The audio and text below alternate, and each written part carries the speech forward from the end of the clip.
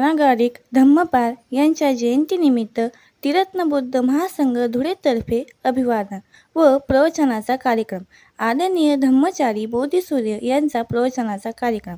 आज रोजी त्रिरत्न बौद्ध महासंघ धुळेतर्फे बुद्धविहार चंदननगर येथे आदरणीय धम्मचारी बोधिसूर्य यांचा प्रवचनाचा कार्यक्रम संपन्न झाला. यावेळी आदरणीय धम्मचारिणी अर्चला ज्योती, आदरणीय धम्मचारी स्मृतिदीप, कल्याण मित्र व धम्ममित्र उपस्थित होते. कार्यक्रमाचे प्रास्ताविक बुद्धभूषण चव्हाण यांनी केले तर आभार राहुल वाघ यांनी मानले. आपल्या प्रवचनात आदरणीय धम्मचारी बोधिसूर्य यांनी सांगितले की बुद्धाचा धर्माचा प्रचार प्रसार करण्यासाठी त्यांनी दीक्षा घेतलेली होती. ते थिओसॉफिकल सोसायटीचे ते चेअरमन पण होते. कर्नल राऊतकाळ, सर्व परमपूज्य डॉक्टर बाबासाहेब आंबेडकर, पूज्य वंदे मंगलरक्षित आणि आज ज्यांच्या आपण जयंती साजरी करणार आहोत असे आपले देवमित्र ज्ञानागारिक धम्मपाल या सर्व महापुरुषांना मी सर्वप्रथम अभिवादन करतो, अभिवादन करतो. आज आपण या ठिकाणी ज्ञानागारिक धम्मपाल यांची 161वी जयंती साजरी करत आहोत. या जयंती निमित्ताने आपल्या सर्वांना खूप खूप अशा शुभेच्छा. खरं बघायला गेलं तर ज्ञानागारिक धम्मपाल हे खूप प्रेरणादायी व्यक्तिमत्व आहे. या जगामध्ये असे अनेक प्रतिभावंत व्यक्ती जन्माला येऊन गेलेले आहेत. त्यातीलच एक देवमित्र ज्ञानागारिक धम्मपाल देखील आहे. आपल्याला माहीत आहे, जसं भारतामध्ये इंग्रजांनी 200 वर्ष राज्य केलं, तसंच श्रीलंकेमध्ये देखील इतर परकीय देशांचं राज्य होतं. त्यांनी आक्रमण करून त्या श्रीलंकेला काबीज केलेलं होतं. आपल्याला श्रीलंका म्हटलं तर काही गोष्टी लगेच डोळ्यापुढे येतात. त्याच्यातलं पहिलं म्हणजे श्रीलंका हे जे निसर्गरम्य बेट आहे, ते मसाले तिथं उत्पन्न होत असतात आणि त्या मसाल्यांचे बागत असल्यामुळे परकीय देशांचं त्या बेटावर खूप लक्ष होतं आणि व्यवहारामध्ये वापरण्यात येणारे जे काही मसाले आहेत त्याची मागणी देखील परकीय देशांमध्ये खूप होती. म्हणून त्या बेटावर राज्य करण्यासाठी अनेक देश प्रयत्न करत होते. त्याच्यामध्ये आपल्याला माहीत आहे की डच लोकांनी त्या बेटावर राज्य केलेलं आहे, पोर्तुगीज आलेले आहेत आणि त्यानंतर इंग्रजांनी देखील त्याच्यावर राज्य केलेलं आहे. आणि मग दुसरी जी काही घटना आहे त्याच्यातली, तर श्रीलंका म्हटलं तर आपल्या डोळ्यापुढे लगेच चक्रवर्ती सम्राट अशोकांचं नाव देखील येत असतं.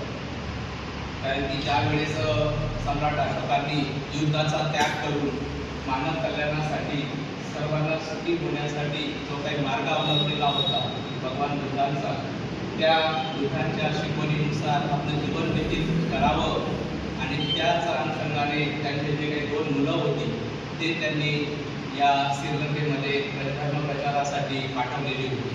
त्यापैकी डॉन कॅरोलिस तो होता. तो फर्निचरचा व्यवसाय करत होता आणि त्याने कोलंबो सोडून, कोलंबोमध्येच एक पेट्टा म्हणून गाव आहे, तिथे स्थलांतर केलं आणि त्या ठिकाणी त्यांनी फर्निचरचा व्यवसाय सुरू केला. फर्निचरचा व्यवसाय सुरू असतानाच त्यांचं जे काही लग्न आहे ते त्यांच्या अँड्रिस परेरा सोनवर्धने यांची जी मुलगी आहे, मल्लिका नावाची, तर या मुलीबरोबर त्या डॉन कॅरोलिस सेवा विकर्णे यांचं लग्न झालं.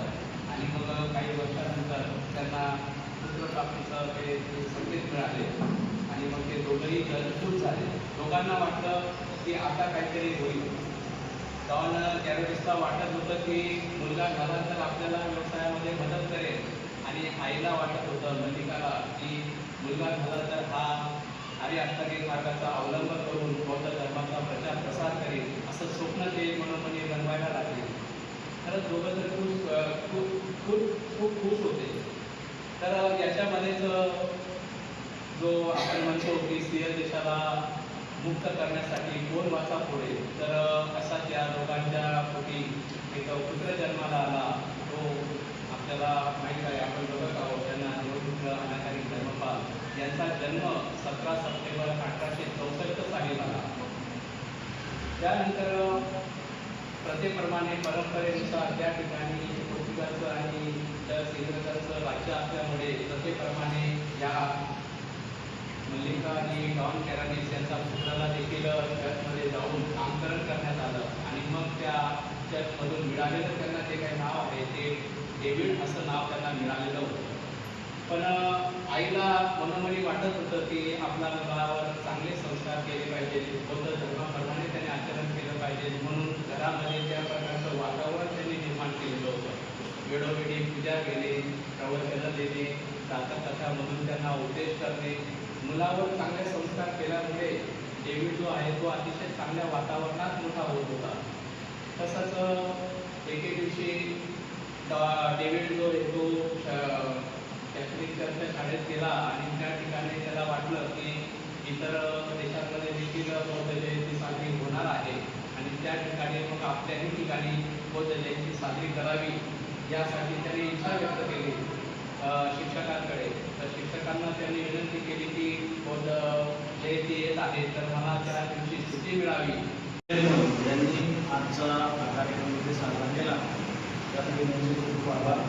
तसेच आजचे अनाकारी धर्मपाल जयंती निमित्ताने प्रवचन करणारे आदरणीय ब्रह्मचारी बोधिसूर्य यांनी विस्तृत असं जीवनपट अनाकारी धर्मपाल यांचा आपल्या समोर सादर केला आणि आपल्याला त्याच्या माहिती दिली त्याबद्दल त्यांचे खूप खूप आभार. तसेच आपल्या या विहाराला आपल्या कार्यक्रमासाठी नेहमी उपलब्ध करून देतात त्या विहाराचे सर्व कमिटीची खूप खूप आभार. आपण सर्व इथे धर्ममित्र बंधू भगिनी सर्व उपस्थित राहिले आजच्या कार्यक्रमाला तर आपले खूप खूप आभार. तसेच आजचे कार्यक्रमाचे सुंदर असं सूत्रसंचालन करणारे तरुण कळणार धर्ममित्र बुद्धभूषण यांचे खूप खूप आभार. धन्यवाद.